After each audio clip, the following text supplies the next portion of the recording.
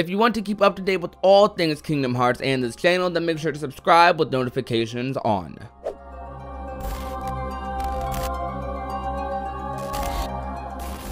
What is going on, ladies and gentlemen of YouTube? My name is Prodigy, and welcome to another video on the channel. Today, guys, we're going to be talking about the Kingdom Hearts 358 over 2 Days Ultimania. I wanted to say days for now on because that title is still annoying to say to this day. Has not aged very well, but still holds a great sentiment for Kingdom Hearts fans and for Roxas. So I only just recently started playing Days again. I hadn't played Days. Kingdom Hearts Days is probably one of the Kingdom Hearts games, along with Recoded, that I have the least experience in. And I had to refresh myself on this game. That's the main reason behind the break between the Kingdom Hearts 2 Ultimania and this Ultimania, because I wanted to familiarize myself with the contents of the DS version of the game again. Of course, I've watched the movie like 1,000 times, but since this Ultimania is covering the DS game, which has actually more content, covers more things than the movie does. The movie doesn't really cover anything more that the game has. It actually cuts out content from the game, matter of fact. The Days movie is more of a summarized version of this game, so new players can get the gist without having to buy a DS. Though they remastered a lot of the cutscenes and gave a lot of the cutscenes, most of them voice acting, in the Days movie, while most of these in the actual game are just text box cutscenes and you have to read through everything, and in between do some tedious missions. Overall, it's really up to how you want to experience Kingdom Hearts, to whether you want to play the DS version or if you want to watch the movie. At the end of the day, you might as well do both, because it's like the movie's only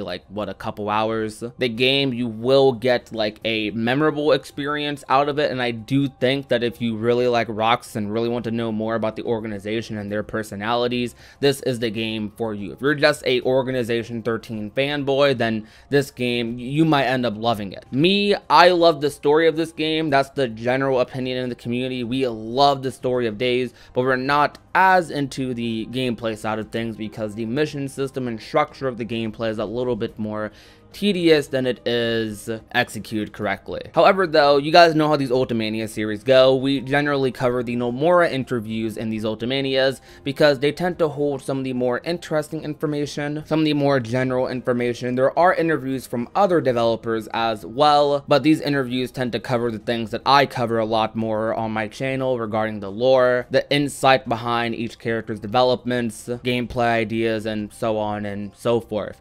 We might end up going back after we finish all the Nomura interviews for the Ultimanias and go cover some of the developer interviews, which still hold some interesting information, but we might go ahead and do that after. But we are going to be focusing on the Nomura interviews for the Days Ultimania and for the Ultimanias going forward. So what we're going to talk about today is the main Nomura interview and then transition into the scenario mysteries after a couple of videos, because the Days Ultimania is pretty long and covers a lot of information, and it seems like Nomura had a lot to say about the specific developments behind this Kingdom Hearts game in particular. So it makes me really excited to get into this and read what he has to say, because honestly speaking, as much as I love Days' story, I'm a little bit more skeptical on it, but I have been replaying it recently and I have been having a pretty fun time with you guys on live stream. If you want to view all that, then click the playlist down below. But we're just going to go ahead and get right into this. So the New Days is one of the 3 titles announced in the autumn of 2007 as new projects in the Kingdom Hearts series.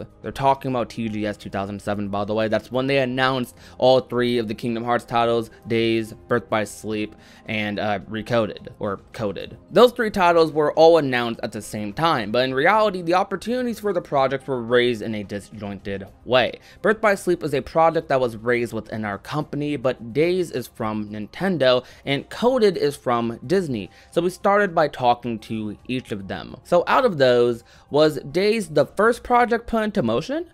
That's right, actually, from just before the DS was released, there were voices saying it should definitely have Kingdom Hearts. When we first heard of the DS specifications, we thought it was a kind of hardware completely unheard of in previous ways of thinking. There had been no other game machines with 2 screens, and we were pretty worried about how they should be put into practical use. So we didn't get started straight away, rather we continued searching for the form of a Kingdom Hearts that it would be meaningful to release on DS. Separately, we wanted to make a completely new game making full use of the DS functionality and began The World Ends With You, so we were able to work on the concept for Kingdom Hearts while actually working with the DS. That is extremely fascinating, that Birth by Sleep is the project that was like born from Square Enix, while Days was born from Nintendo and coded from Disney, all three of them being on different platforms.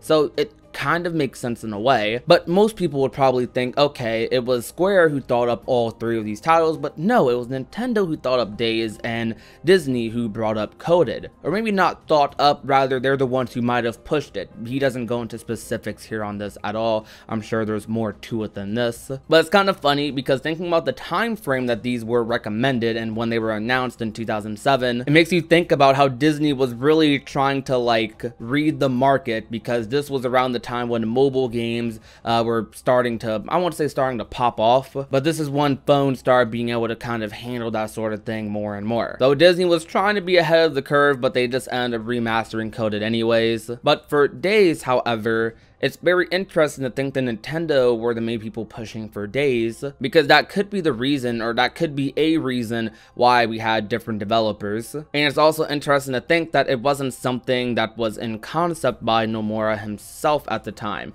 Or maybe the story for Days was, but he didn't want to put it on a DS originally. Maybe. It kind of feels like Nomura probably had ideas for a story for Roxas in Kingdom Hearts 2, because it's hard to think that Nomura wouldn't want to expand on Roxas in the organization after Kingdom Hearts 2, because think of how many characters in Kingdom Hearts 2 that were kind of just thrown away. I mean, like, they had cool bosses and really cool voice actors, and it definitely made a impression, so I wouldn't say they were completely throwaway. But like characters like Luxord, characters like Xaldin didn't really make as much of a impression like in terms of their characters, you know? Very fascinating. Though continuing on though, when you decided to make Kingdom Hearts for the DS, what was the first concept you thought of? It was the multiplayer. With The World Ends With You, there hadn't previously been a game concept like it, and we couldn't fit it in the concept of playing with multiple people at the same time. So this time we thought we wanted to expand on that. Then looking at the hardware specs, we considered whether to go with 2D presentation like Chain of Memories or The World Ends With You, or whether to use a specialized system for the DS capabilities. When the market changed to more serious games, for example educational games, I felt as a game creator that I wanted to give people a more straightforward game-like game.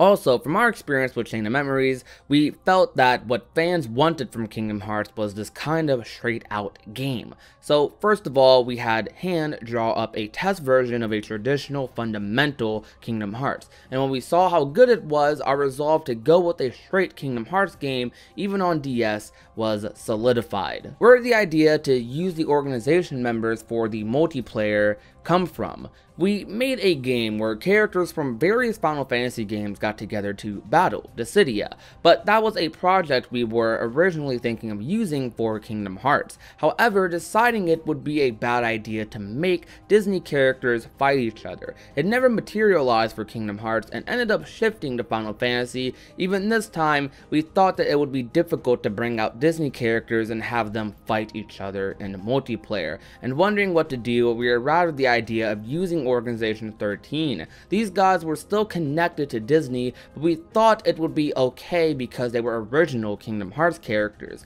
Also, with all their attributes and weapons being different, it would be easy to show their individuality. So made a scenario where you could play as Organization 13 in multiplayer. After deciding that, when we were thinking about which time period we should place this scenario in, we thought if we cut out 1 year that Roxas was in the organization, it would link well with the multiplayer idea. I see, so from the multiplayer you expanded on the concept of the storyline and time period. That's right. Only in the end, Donald and Goofy, who are original Disney characters, ended up in multiplayer too. When we went to confirm with Disney it was alright to include those guys, we were unexpectedly told it was okay. I guess it's okay so long as it's not a one-on-one battle. That is extremely interesting that the foundation for Days was built off of multiplayer for it. So the multiplayer concept came first and the story and mission-based system kind of came later, or was more so expanded off of what the multiplayer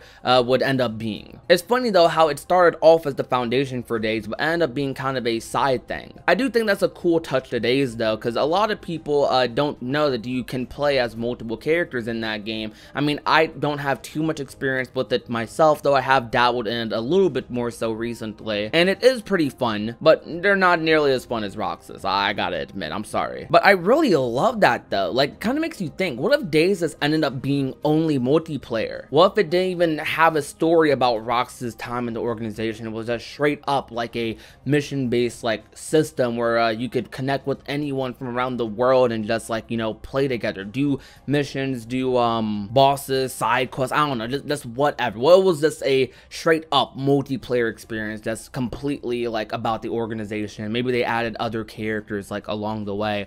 That could be like very interesting. Of course though, it was on a DS, so they had limited capabilities in terms of what they actually would have been able to do. But like, imagine a concept like that like nowadays, you know? I feel like Days multiplayer in a more modernized Kingdom Hearts game on like PS5 or PS4 and Unreal Engine 4 could probably thrive and like be super loved and like played forever by Kingdom Hearts fans. You know, Kingdom Hearts fans love playing Kingdom Hearts. Like, it's one of those single player games you're just never going to get tired of. It's also cool that they bring up Dissidia here as well. I actually have a video I want to work on about a Kingdom Hearts Dissidia and how I would have felt about it, and how that idea would kind of be if they decide to do something like that nowadays, because honestly speaking, Dissidia NT is like pretty much done for the most part, and they likely will end up making a new Dissidia or a new sort of Square Enix fighting game. And Kingdom Hearts, I mean, that's one of their big IPs right now. I mean, it definitely could have one pretty soon. So I feel like it'd be an interesting topic to kind of bring up. We all know about the story about how Kingdom Hearts was originally, in concept, going to be a Kingdom Hearts, you know, Dissidia, though it doesn't seem like it ever went past concept. It was simply an idea, then Kingdom Hearts came to be what we know of it today. I actually kind of am glad about that, because I feel like if Kingdom Hearts just ended up being Dissidia, a lot of us probably wouldn't be here right now. Instead of going with Dissidia, they went with a like crazy, huge, ever-expanding story about the universe that is Kingdom Hearts and all of its characters. I feel like there just wouldn't be as much of what we love about current Kingdom Hearts in a Kingdom Hearts Dissidia, but that's left to be discussed for another day. I do wonder, however, if Nomura ever planned on making a game expanding upon Roxas's character, Roxas, Lee, and Xian's relationship, or Roxas and Lee's as introduced in Kingdom Hearts 2, because since this idea was pushed forward by Nintendo, and since Nomura originally, or since like this concept like came to be because of multiplayer, I wonder if he ever just had plans at all to ever tell Roxas's like story in the organization, or if he was going to save it for a future title. But this game happened to be convenient enough to like do that for. But if you guys enjoyed today's video, leave a like, share the video with a friend or a family member, and last but not least, if you have not already and want to become a part of the Union, all you have to do is hit that red little subscribe button down below. My name is Prodigy, and I will talk to you guys soon. Peace out.